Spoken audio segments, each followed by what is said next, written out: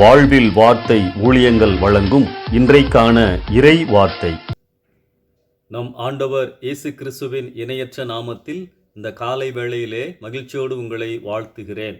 இந்த நாளிலும் கர்த்தர் உங்களை ஆசீர்வதிப்பாராக.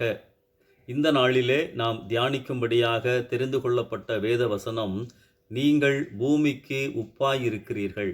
மத்தேயு 5ஆம் அதிகாரம் 13வது வசனம். உலக புகழ்பெற்ற மலை பிரசங்கத்தில் இயேசு கிறிஸ்து சொன்ன அருமையான வார்த்தை இது. வாக்கிய வசனங்களில் நாம் எப்படி வாழ வேண்டும் என இயேசு கிறிஸ்து கூறியதற்கு பிறகு முத்தாய்ப்பாக நாம் இந்த உலகத்தை எப்படி நம்முடைய வாழ்க்கையின் மூலமாக பாதிக்க வேண்டும் என்பதை கூற ஆரம்பிக்கின்றார். உப்பை குறித்து நாம் தியானிக்கின்ற பொழுது 4 காரியங்களை நாம் அறிந்து கொள்ள முடியும். முதலாவது, பரிசுத்தமாய் வாழ. அந்நாட்களில் கிரேக்க கலாச்சாரத்தில் உப்பு ஒரு தெய்வீக பொருளாக உணரப்பட்டது.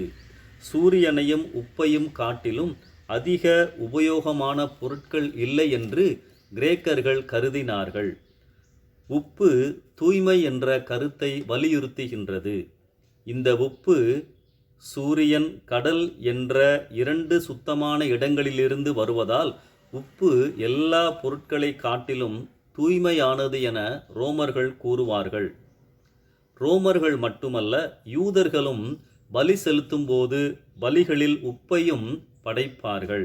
எனவே தூய்மைக்கு உதாரணமாக நாம் இந்த உலகில் காணப்பட வேண்டும் என இயேசு இங்கே வலியுறுத்துகின்றார்.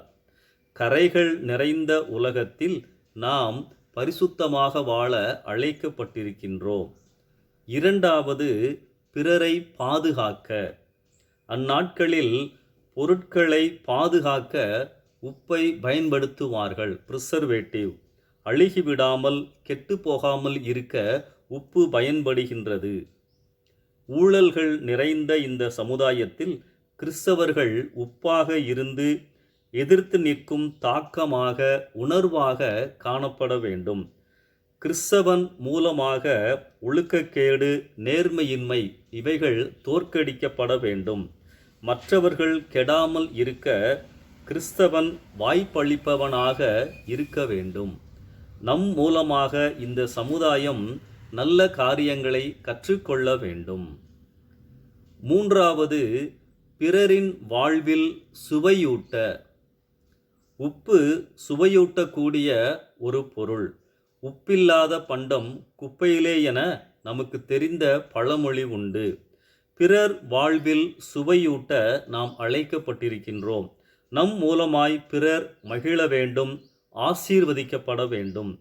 நாகமானின் பணிப்பெண் தன் வாழ்க்கையை நாகமான் கசப்பாக்கி இருந்தாலும் அவருடைய குஷ்டரோகத்தை நீக்க வழி காண்பித்து அவருடைய வாழ்க்கையை சுவையுள்ளதாக மாற்றினாள். நம் மூலமாக பிறர் ஆசீர்வதிக்கப்பட நம்முடைய வாழ்க்கையை நாம் அர்ப்பணிக்க வேண்டும். நான்காவதாக, சமுதாயத்தில் இணைந்து வாழ. உப்பு ஒரு பொருளோடு இருப்பது தெரியாது, கரைந்துவிடும். இருந்தும் தெரியாது, அது இல்லாவிட்டாலும் தெரிந்துவிடும். மறைந்திருந்து மகிழ்விக்கும் ஒரு பொருள் உப்பாகும். நாம் ஆண்டவருக்காய் செய்யும் காரியங்கள் நம் மூலமாகத்தான் செய்யப்படுகிறது என்பதை அறிவிக்க வேண்டிய அவசியமில்லை. ஆண்டவர் எல்லாவற்றையும் பார்க்கிறவர். நம் அன்பின் பிரயாசங்கள் அவருக்கு தெரியும். அன்பானவர்களே, இயேசு தொடர்ந்து உப்பானது சாரமற்று போனால் பயனில்லை என்று கூறுகின்றார். உப்பின் குணாதிசயம் அளவில் அல்ல, தரத்திலேயே உள்ளது. தீமைகளை இந்த உலகத்தை விட்டே நாம் இப்போது விரட்ட முடியாதுதான். ஆனால் இப்போது உலகத்தின் தீமைகளை நம் சாட்சியுள்ள ஜீவியத்தின் மூலமாக கட்டுப்படுத்துகிறவர்களாய் இருக்க முடியும். உதாரணமாக, உங்கள் அலுவலகத்தில் உள்ள ஒரு அறையில் அநேகர் உட்கார்ந்து தேவையில்லாத காரியங்களை, வீணான காரியங்களை பேசிக்கொண்டு ஜோக்கடித்து கொண்டிருக்கிறார்கள் என்று வைத்துக்கொள்வோம். Unhealthy conversations. அந்த சமயத்தில் ஒரு சாட்சியுள்ள உத்தம கிறிஸ்தவ ஜீவியம் செய்யும் நீங்கள் அந்த அறைக்குள் பிரவேசிக்கிறீர்கள். நீங்கள் பிரவேசித்த அடுத்த கணமே சலசலப்பு நீங்கி அமைதி உண்டாகிறது. ஆம், இதுவே ருசியுள்ள உப்பின் தீமையை கட்டுப்படுத்தும் சுபாவமாகும்.